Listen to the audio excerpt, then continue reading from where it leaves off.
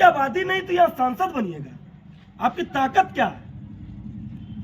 कहाँ वोडाफोन में शेयर, ऐसा ऐसा शेयर है इसका, ये पैसा से खरीद के सांसद बनना चाहता है, नहीं तो इसकी औकात नहीं है कि ये 1 लाख वोट ला पाएगा। निशिकांत दुबे इतना बड़ा पूंजीपति आदमी है, इतना 15 साल में पैसा लूटा है देश में। अगर इसका घर में ईडी आज लग जाता है तो कल ही चोट्टा जल जाएगा।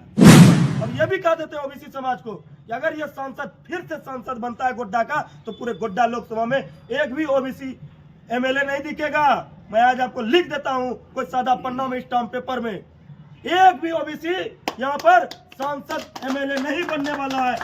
हम लोग का सीधा सीधा फोकस होगा, चाहे प्रत्याशी जैसा भी हो, बेटा जैसा भी हो, बाप को देखना पड़ता है।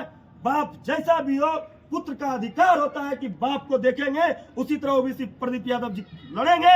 अगर कोई पुनर्विचार नहीं हुआ भारतीय जनता पार्टी की ओर से वैश्य समाज से रहे, तो प्रदीप यादव को फुल सपोर्ट रहेगा। जय हिंद, जय भारत। सेंट्रल को पैसा जाएगा गोड्डा से और विकास होगा देवघर में। आप देखें कि एम्स कहाँ दिया है? एम्स देवघर से दिया है 15 किलोमीटर दूर।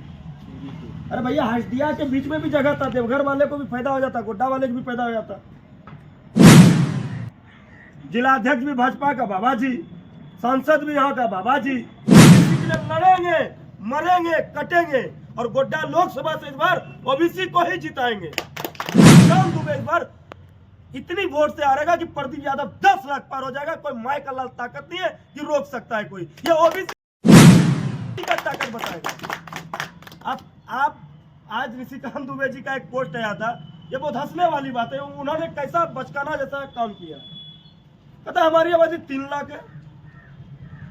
पूरा जनता यहाँ जानता है कि यहाँ आबादी आपका मात्र 1 लाख है। और वो भी 1 लाख कहाँ का है जानते हैं? वो यहाँ का नहीं है, भागलपुर का है, बांका का है, कोई आरा से आके रह रहा है, कोई छपरा से आके रह रहा है, कोई मुजफ्फरपुर से आके रह रहा है, कोई बेगूसराय से आके रह रहा है। वो यहाँ की आबादी नहीं है। निशिकांत दुबे जी, मैं आपको बता देना चाहता हूं कि आप झारखंड छोड़ के आप चले जाइए। अगर झारखंड का ही नेता, अगर बुद्धिजीवी, अगर भारतीय जनता पार्टी को मैं पूछना चाहता हूं कि अगर आप झारखंड, हम लोग लड़ के अलग किए हैं, मर के अलग किए हैं, चाहे ठीक है हमारा जन्म नहीं हुआ होगा, हमारा पूर्वज ही अलग किया, हम उस टाइम पे बहुत छोटा होंगे, लेकिन जब झारखंड अलग है, झारखंडी क्यों नहीं लड़ेगा?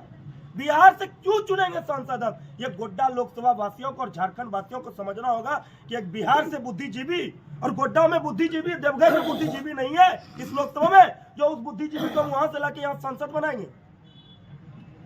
ऐसा कहीं कोई बात नहीं है। ये पॉलिसी चला रहा है और इसका एक आप लोग सुने होंगे, मतलब ये संक्षिप्त में सुने होंगे और आज हम उजागर करके कहते हैं ये सुंठी सुनाता है। इसके पास एक सुंठी है, मतलब नहीं होता है कि मोहनी जिसको बोलता है, हम लोग देहाती मोहनी बोलते हो, उसके बाद सुंठी है, वो जहां सुना देता है वो लोग सूंघ लेता है।